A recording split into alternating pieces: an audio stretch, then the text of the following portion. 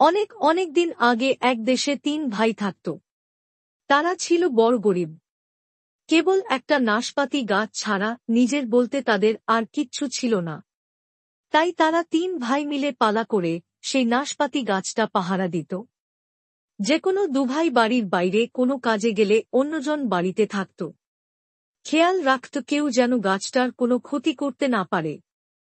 একবার হলো কি, সেই ৩ ভাইয়ের মন পরীক্ষা করতে স্বর্গ থেকে এক দেবদূতকে পাঠানো হল। সেই দেবদূত এক ভিখারির ছদ্মবেশ নীল আর তারপর একদিন সেই নাশপাতি গাছটার কাছে এল। সবচেয়ে বড় যে ভাই, সে তখন গাছটা পাহারা দিচ্ছিল। দেবদূত তাকে দেখে হাতটা বাড়িয়ে দিল আর বলল, ঈশ্বরের দিব্যি ভাই, আমাকে একটা পাকা নাশপাতি দাও।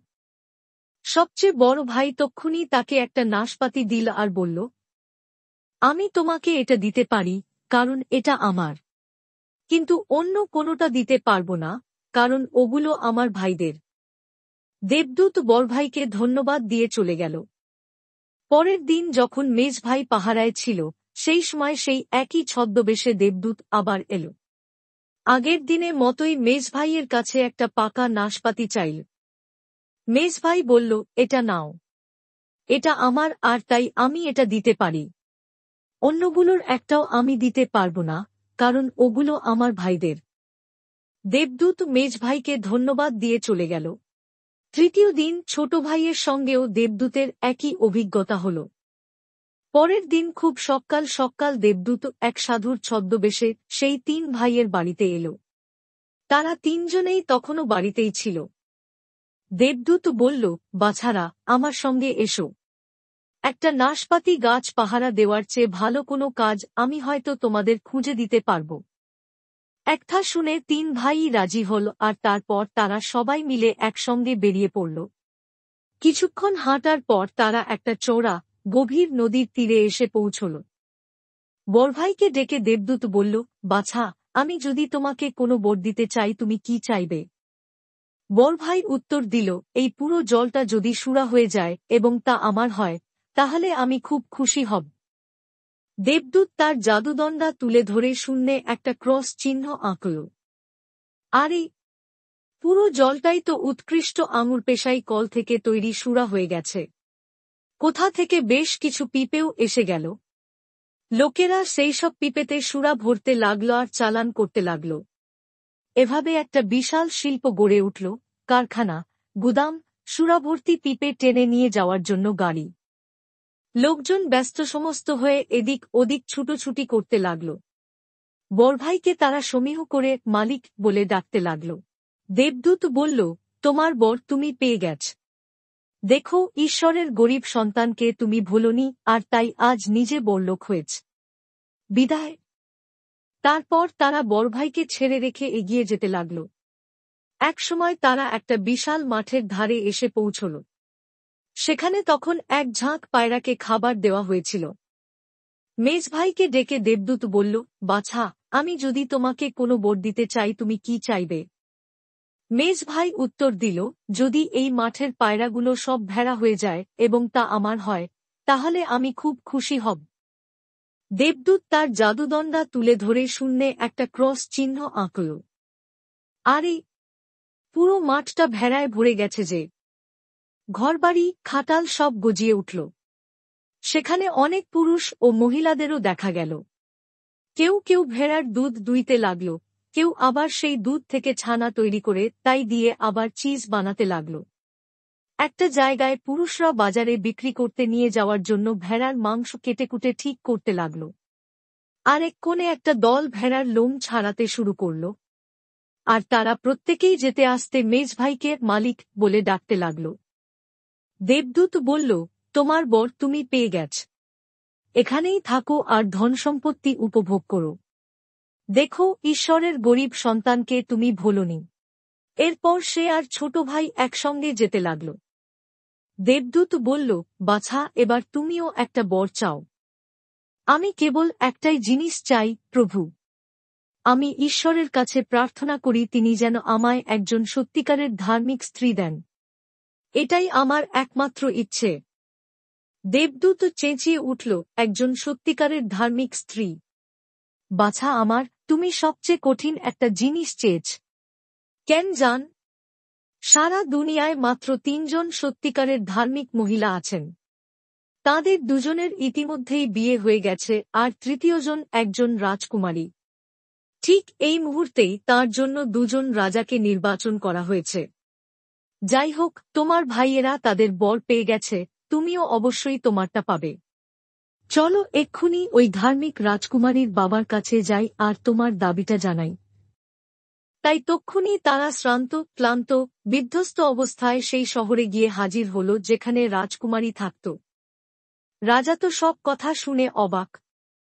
তাহলে আমার মেয়ের জন্য 3 জন দাবিদার হল, 2 জন রাজা আর এখন এই যুবক, সবাই একই দিনে। আমি এদের মধ্যে থেকে কিভাবে বেছে নেব? দেবদূত বলল, ঈশ্বরের ওপর নির্ভর করুন। আঙুর গাছের 3টে ডাল কাটুন আর রাজকুমারীকে বলুন প্রত্যেকটা ডালের ওপর আলাদা আলাদা দাবিদারের নাম লিখতে। তারপর আজ রাতে বাগানে সেই 3টে ডাল পুঁতে দিন। রাতের মধ্যে যার ডালটায় ফুল ফুটবে এবং সকাল হওয়ার আগে থোকা থোকা পাকা আঙুরে ভরে যাবে, তার সঙ্গে রাজকুমারীর বিয়ে দিন। রাজা আর অন্য 2 জন দাবিদার এতে রাজি হলেন এবং রাজকুমারী আঙুর গাছের 3টে ডালের গায়ে নাম লিখে পুঁতে দিলেন। সকাল হলে দেখা গেল 2টো ডাল একেবারে শুকনো খটখটে, কিন্তু তৃতীয়টা, যেটার গায়ে ছোট ভাইয়ের নাম লেখা ছিল, সেটা সবুজ পাতা আর থোকা থোকা পাকা আঙুরে ভরে গেছে। রাজা ঈশ্বরের বিচার মেনে নিলেন এবং তক্ষুনি তাঁর মেয়েকে নিয়ে গির্জায় গেলেন। সেখানে সেই আগন্তুক যুবকটির সঙ্গে রাজকন্যার বিয়ে হল। রাজা তাঁদের আশীর্বাদ করে রাজপ্রাসাদে ফিরে গেলেন। দেবদূত নবদম্পতিকে সঙ্গে করে একটা জঙ্গলে নিয়ে গেল আর সেখানে তাদের রেখে চলে গেল।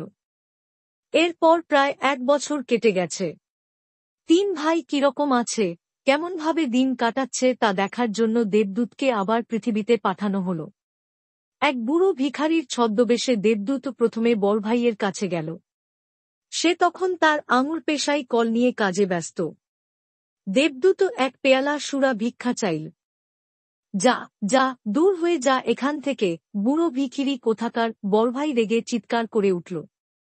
আমি যদি প্রত্যেক ভিখিরিকে 1 কাপ করে সুরা দিতে শুরু করি খুব শিগগিরই, তাহলে তো আমি নিজেই ভিখিরি হয়ে যাব। দেবদূত তার জাদুদণ্ডা তুলল, শূন্যে একটা ক্রস চিহ্ন আঁকল। যা, যত সুরার পিপে, কর্মচারী আর আঙুর পেশাই কল সব যে অদৃশ্য হয়ে গেল, আর তাদের জায়গায় বইতে শুরু করল একটা চওড়া, গভীর নদী। ধন সম্পদ পেয়ে তুমি ঈশ্বরের গরিব সন্তানকে ভুলে গেছ, দেবদূত বলে উঠল। যাও, তোমার নাশপাতি গাছের কাছে ফিরে যাও। এরপর দেবদূত গেল মেজ ভাইয়ের কাছে। সে তখন তার গোয়ালের কাজে ব্যস্ত।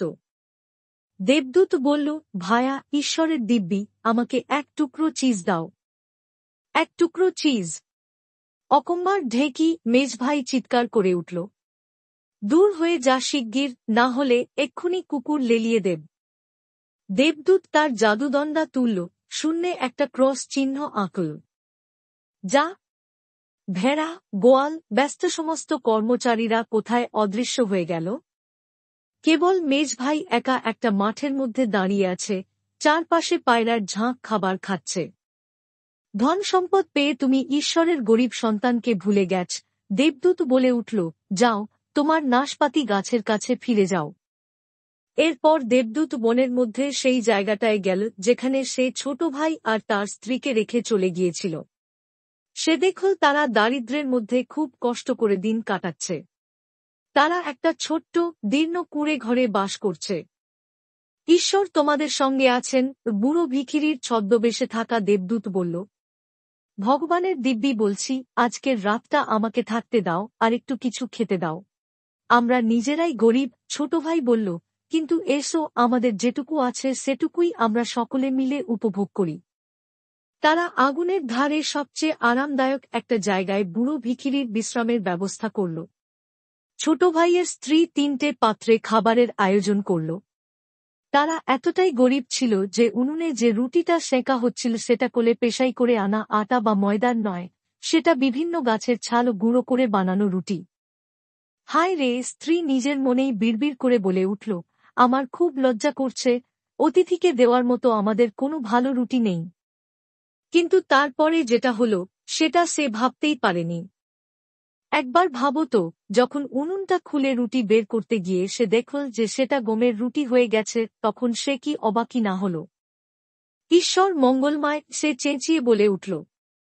সে ঝর্ণা থেকে এক কলসি জল নিয়ে গেল, কিন্তু যখন পেয়ালাগুলোতে ঢালতে শুরু করল তখন আনন্দের সঙ্গে দেখল জলটা উৎকৃষ্ট সুরা হয়ে গেছে। দেবদূত বলল, তোমাদের এত দুঃখের মধ্যেও আনন্দে আছ। আর তোমরা ঈশ্বরের গরিব সন্তানকে ভুলে যাওনি, আর তাই ঈশ্বর তোমাদের পুরস্কার দেবেন। সে তার জাদুদণ্ডা তুলল, শূন্যে একটা ক্রস চিহ্ন আঁকল। আর সেই ছোট্ট দীর্ণ কুঁড়েঘরটা এক নিমেষে অদৃশ্য হয়ে গেল, আর তার জায়গায় ধনসম্পদ আর সুন্দর সুন্দর জিনিসে ভর্তি একটা বিরাট রাজপ্রাসাদ চলে এলো। চাকরবাকররা এদিক ওদিক ঘোরাফেরা করছে, আর গরিব ছোট ভাইকে মালিক ও তার স্ত্রীকে মালকিন বলে সম্বোধন করছে।